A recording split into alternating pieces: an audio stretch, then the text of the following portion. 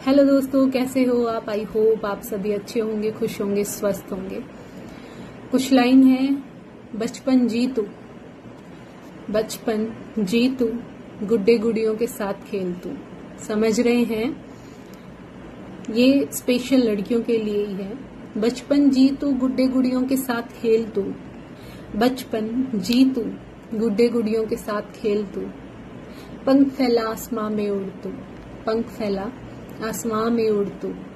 लोग आए तुझे रोकने, लोग आए तुझे रोकने, तो उनको कह दे तू, हक है मेरा, हक है मेरा, हक है मेरा। जय हिंद। तो आज की कुछ स्पेशल हम बातें करेंगे लड़कियों के ऊपर, जो कि सब सभी जानते हैं आज के टाइम पे लड़कियों का डिपेंड होना खुद पे कितना जरूरी है। इसी पे हमारी चर्चा। मरी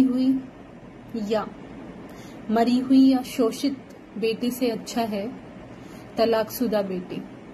पहले के जमाने में लोग कह देते थे कि तलाक ले रही है, कलंक है तलाक। अगर तूने तलाक ले लिया तो वो बहुत बड़ा कलंक हो जाएगा, पूरे खानदान पे कलंक लग जाएगा। बेटी चाहे ससुराल में मर जाए कुछ नहीं है, वो कोई कलंक नहीं है, किसी का कोई किसी का कोई नुकसान नहीं हुआ। लेकिन अगर बेटी को तलाक दिलवा दिया तो वो बहुत बड़ा कलंक हो जाता है। आज भी कुछ लोगों की मेंटलिटी ऐसी है। आज भी हमारे ज्यादातर गांव में लोगों की मेंटलिटी यही है कि अगर आपने तलाक ले लिया तो कलंक।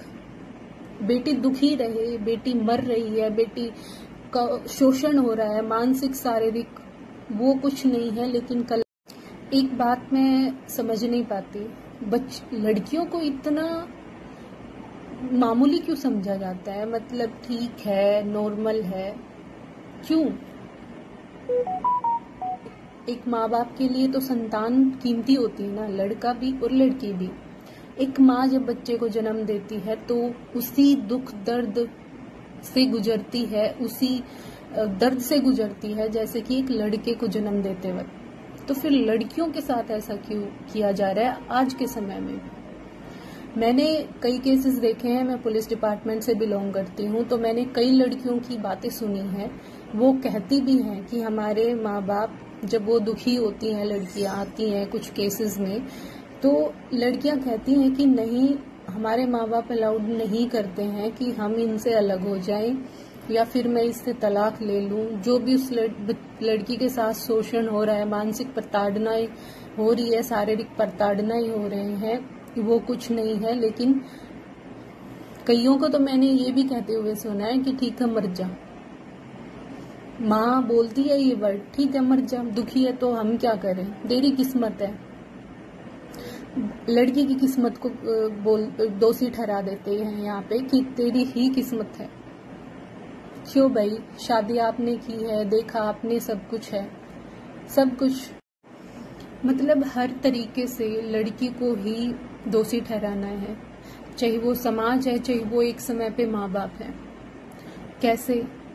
मैं मानती हूँ कि बहुत सारी लड़कियां आज के समय में होती हैं जो कानून का गलत इस्तेमाल कर रही हैं, अपने अधिकारों का गलत इस्तेमाल कर रही हैं। कुछ घर में डिस्ट्रीब्यूट होते हैं, छोटी छोटी बातों का वो बहुत बड़ा इश्यू बना देती हैं। बहुत सारी लड़कियां हैं ऐसी, और कुछ ऐसे भी हैं जो लड़कियां मतलब आज के समय में जो दुरुपयोग कर रही हैं।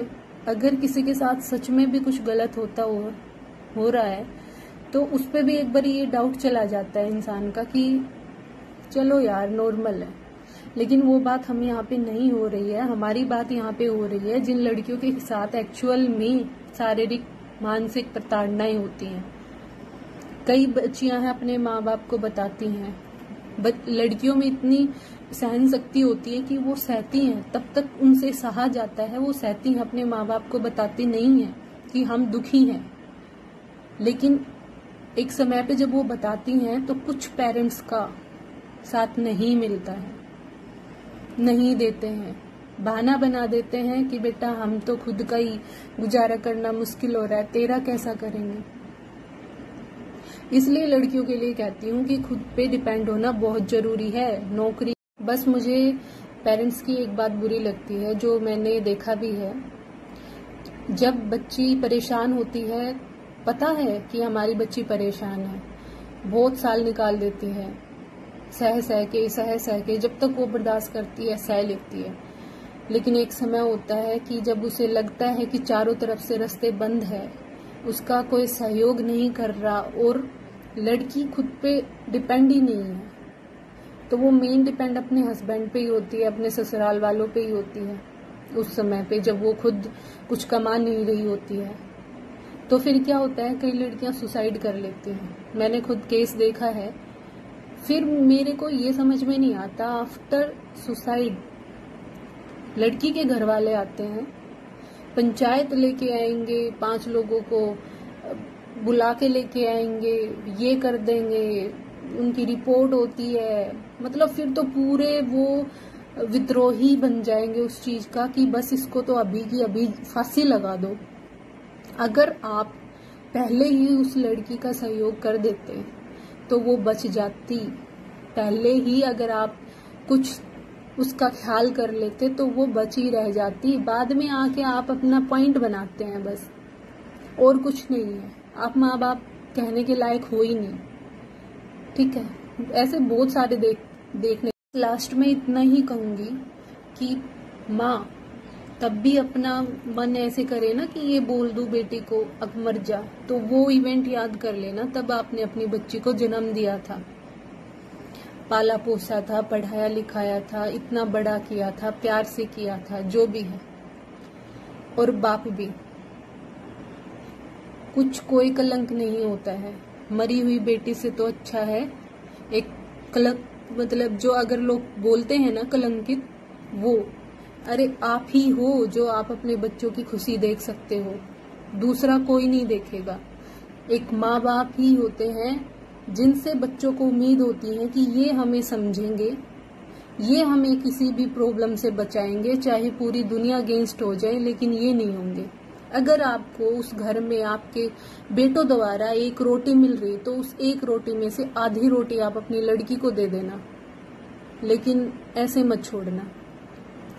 दूसरी बात मैं लड़कियों के लिए बोलना चाहूंगी कि सबसे पहले जिद करो, कुछ करो।